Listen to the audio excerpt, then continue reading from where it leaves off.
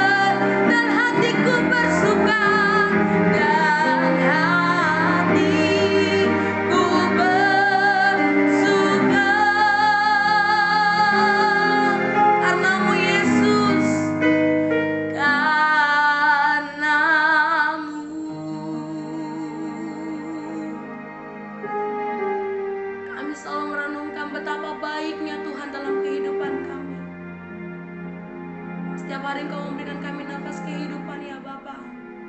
Terima kasih untuk kesempatan ini. Tuhan, hari ini kami mau mendengarkan suara-Mu. Kami membutuhkan Engkau ya Bapa. Kami haus akan Engkau Tuhan. Ajar kami untuk kami boleh mendengarkan renungan ini ya Tuhan Yesus. Ajar kami memahaminya ya Bapa. Dalam nama Tuhan Yesus kami berdoa dan mengucap syukur. Haleluya. Amin. Shalom Bapak Ibu Saudara sekalian. Kita berjumpa kembali hari ini, hari Senin, tanggal 26 Februari 2024 di dalam renungan harian. Pembacaan Alkitab kita hari ini diambil dari Daniel pasal yang kedua ayat 19. Judul renungan kita adalah Daniel mengandalkan Tuhan dan memuji Tuhan. Demikian bunyi firman Tuhan Daniel 2 ayat 19. Maka rahasia itu disikapkan kepada Daniel dalam suatu penglihatan malam. Lalu Daniel memuji Allah semesta langit. Saudara, Daniel hidup di masa akhir kerajaan Yehuda, yakni ketika Babel mengalahkan kerajaan Yehuda. Daniel dan ketiga temannya yakni Hananya, Misael dan Azaria termasuk dalam rombongan keturunan raja dan kaum bangsawan Yehuda yang dianggap pandai, baik, dan sehat, yakni kelompok unggul dari kerajaan Yehuda untuk dibawa ke Babel. Daniel 1 ayat 3 sampai 6. Raja Babel ketika itu adalah Raja Nebukadnezar. Oleh perintah Raja Nebukadnezar, maka Daniel dan ketiga teman-temannya diajarkan selama 3 tahun segala tulisan dan bahasa orang Kasdim agar mereka bisa bekerja pada raja dalam istana raja. Namun di dalam kerajaan bangsa kafir ini pun Daniel dan teman-temannya tetap memperlihatkan iman mereka yang teguh kepada Allah. Mereka tidak menyembah dewa bangsa Babel dan tidak menajiskan diri mereka kepada makanan dan minuman raja yang tidak berkenan kepada Allah. Oleh iman dan ketaatan mereka kepada Tuhan, maka Tuhan mengaruniakan kepada mereka kasih dan sayang dari pemimpin pegawai istana, bahkan dari Raja Nebukadnezar. Daniel 1 ayat 9, Daniel 2 ayat 48 sampai 49. Bukan saja itu, tetapi Allah memberikan kepada keempat orang ini pengetahuan dan kepandaian tentang berbagai-bagai tulisan dan hikmat, sehingga tidak ada orang yang didapati setara dengan mereka di dalam kebijaksanaan dan pengertian. Mereka 10 kali lebih cerdas daripada semua orang berilmu dan ahli jampi di seluruh kerajaan Babel. Secara khusus kepada Daniel diberikan pengertian tentang berbagai-bagai penglihatan dan mimpi.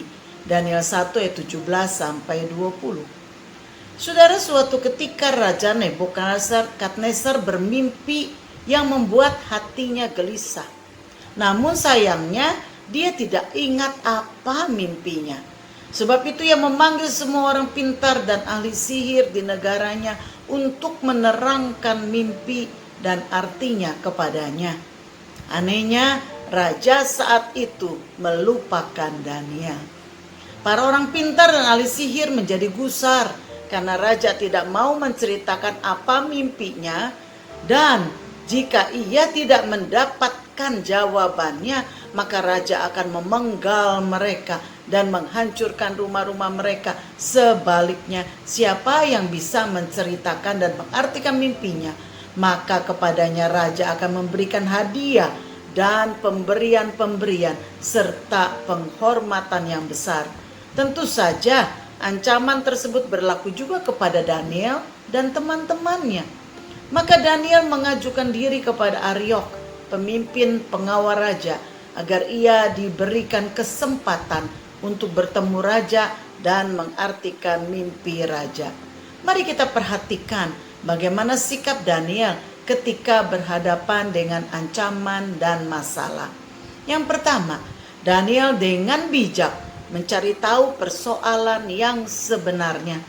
Ada banyak orang yang bertindak tanpa terlebih dahulu mengetahui secara pasti hal yang sebenarnya. Mereka mudah percaya dengan berita hoax yang beredar, sehingga membuat keputusan yang tidak tepat dan bahkan merugikan. Daniel bertanya kepada orang yang tepat, yakni kepada Aryok, seorang pemimpin pengawal raja yang telah diperintahkan raja untuk membunuh orang-orang bijaksana di Babel. Daniel 2 ayat 14. Yang kedua, Daniel memberanikan diri untuk meminta waktu kepada raja. Daniel 2 ayat 16. Yang ketiga, Daniel meminta dukungan doa dari teman-teman seimannya. Daniel 2 ayat 17 sampai 18. Masalah yang dihadapi Daniel dan para orang pintar ini besar. Daniel perlu dukungan secara moral dari rekan-rekan seimannya. Dukungan yang paling perlu adalah dalam bentuk doa. Yesus mengatakan, jika 2 orang daripadamu di dunia ini sepakat meminta apapun juga, permintaan mereka itu akan dikabulkan oleh Bapa-Ku yang di surga. Matius 18 ayat 19. Kesepakatan menunjukkan kesehatian, dan Tuhan senang akan kesehatian di dalam Tuhan. Yang keempat, saudara, Daniel berdoa dan mengandalkan Tuhan. Daniel 2 ayat 19a mengatakan, maka rahasia itu disingkapkan kepada Daniel dalam suatu penglihatan malam. Daniel adalah seorang yang memiliki kehidupan doa. Dikatakan bahwa 3 kali dalam sehari ia menghadap Tuhan dalam doa. Daniel 6 ayat 11. Daniel menyadari bahwa kemampuannya adalah dari Tuhan, dan bahwa hidupnya juga adalah karena perkenanan Tuhan. Kehidupan doanya menunjukkan bahwa ia adalah seorang yang beriman dan hidup takut akan Tuhan. Firman Tuhan mengatakan, Tuhan bergaul karib dengan orang yang takut akan Dia, dan perjanjiannya diberitahukannya kepada mereka. Mazmur 25 ayat 14. Yang kelima, saudara, Daniel memuji Allah. Daniel 2 ayat 19b. Memuji Allah berarti menyembah dan mengucap syukur kepada Allah. Memuji Allah sudah menjadi gaya hidup Daniel. Daniel 6 ayat 11b menuliskan dengan jelas bahwa ia biasa berdoa dan memuji Allah, dan itu dilakukan setiap hari. Apa perenungan kita hari ini, saudara? Mari kita belajar memiliki sikap seperti Daniel dalam menghadapi tantangan, ancaman, dan cobaan. Ketika kita memiliki kelima sikap Daniel di atas, memahami persoalan yang sebenarnya, meminta dukungan doa, mengandalkan Tuhan, dan memuji Tuhan secara konsisten, maka kita akan mengalami pertolongan dan kekuatan dari Tuhan. Mari kita berdoa. Bapa, saat ini kami bersyukur, kami kembali boleh dikuatkan oleh firman-Mu, bahwa betapa kami perlu mengandalkan Tuhan di dalam segala sesuatu. Kami perlu mempertajam hubungan kami dengan Tuhan. Kami perlu memuji Tuhan di dalam segala hal, mengucap syukur kepada Tuhan di dalam segala sesuatu. Dan kami perlu komunitas yang saling membantu. Biar kami boleh menjadi penolong bagi saudara-saudara kami, dan kami boleh saling menguatkan seperti yang Engkau kehendaki.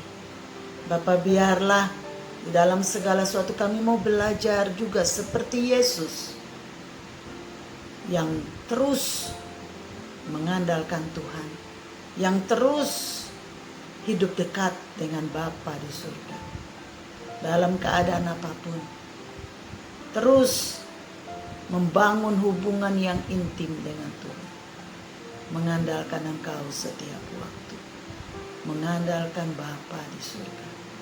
Terima kasih, biar mata kami boleh tertuju kepada Yesus yang adalah teladan bagi hidup kami. Makasih ya Tuhan, Engkau menguatkan iman dari setiap anak-anak-Mu yang saat ini membutuhkan Engkau. Kekuatan dari Tuhan ada atas mereka semua. Biar kiranya penghiburan dari Tuhan juga itu ada menyelimuti hati dan pikiran mereka. Terpuji nama Tuhan. Di dalam nama Yesus kami berdoa. Haleluya. Amin. Kiranya Tuhan memberkati kita semua. Shalom.